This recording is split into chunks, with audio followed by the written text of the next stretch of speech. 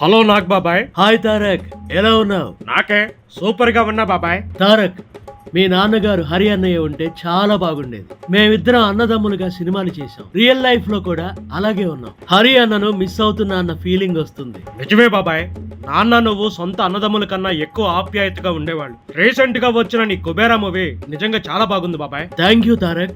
ఈ సినిమాలో ధనుష్ కూడా చాలా బాగా చేశాడు. అవును బాబాయ్, పిచ్చగాడి పాత్రలో ధనుష్ విజృంభించాడు. యాక్చువల్ గా మనిద్దరం కూడా కలిసి ఒక మూవీ చేయాల్సి ఉంది కదా తారక్, అది మిస్ అయిపోయింది. అవును బాబాయ్, యాక్చువల్ గా ఊపిరి సినిమా మన ఇద్దరి కాంబినేషన్ లో రావాల్సి ఉంది. అప్పుడు నాకు డేట్స్ బిజీగా ఉండటం వల్ల సీను పాత్రను మిస్ అయ్యాను. అవును తారక్, కానీ కలిసి చేస్తుంటే ఇంకా బాగుండేది. అయినా కార్తీ కూడా చాలా బాగా చేశాడు. సినిమా చూసిన తర్వాత అరే డేట్ అడ్జస్ట్ చేసుకుని చేసుంటే బాగుండేది సినిమా అనిపించింది. అంత బాగా ఉంది కార్తీ పాత్ర. నేను మల్టీ స్టారర్ గా చాలా సినిమాలు చేశాను తారక్. మాక్సిమం ఆల్మోస్ట్ అన్ని హిట్సే. మనిద్దరి కాంబినేషన్ లో కూడా భవిష్యత్తులో ఒక సినిమా వస్తే బాగుంటుంది. నిజమే బాబాయ్, నాన్న నీ కాంబినేషన్ లాగా మనిద్దరి కాంబినేషన్ కూడా వస్తే ప్రేక్షకులకు పండగే ఇక. అయినా నువ్వు ఇప్పుడు పాన్ ఇండియా స్టార్ కదా తారక్. వార్ 2లో హృతిక్ తో కలిసి చేస్తున్నావు కదా, సినిమా ఎలా వచ్చింది? సినిమా చాలా బాగా వచ్చింది బాబాయ్. నాకు తెలిసి బ్లాక్ బస్టర్ అవుతుంది అనుకుంటున్నాను.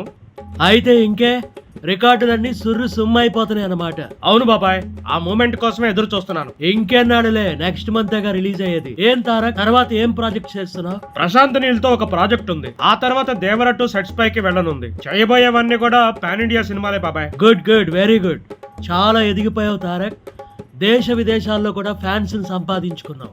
ఒక తెలుగువాడిగా నాకు చాలా గర్వంగా ఉంది. మీ తాత పేరు నిలబెడుతున్నావు. అదంతా అభిమానుల చలవే, మీలాంటి పెద్దవాళ్ళ ఆశీస్సులే బాబాయ్ నన్ను ఈ స్థాయికి తీసుకొచ్చాయి. పెద్దవాళ్ళంటే గుర్తొచ్చింది కోట గారు మన నుంచి వెళ్ళిపోయారని చాలా బాధగా ఉంది తారక్. నిజమే బాబాయ్, కోట తాతయ్య నేనంటే చాలా అభిమానంగా ఉండేవారు. అలాంటి మహానటుడిని కోల్పోవడం నిజంగా దురదృష్టకరం. మళ్ళీ అలాంటోడు పుట్టడు బాబాయ్. మేమిద్దరం కలిసి ఎన్నో సినిమాలు చేసి ఆయనతో నాకు ఎన్నో మధురమైన జ్ఞాపకాలు ఉన్నాయి. హలో బ్రదర్ లో ఆయన చేసిన యాక్టింగ్ ఎప్పటికీ నిలిచిపోయి ఉంటుంది. రాకేష్ సినిమాలో నా పక్కన రైల్వే కూలీగా అద్భుతంగా నటించాను.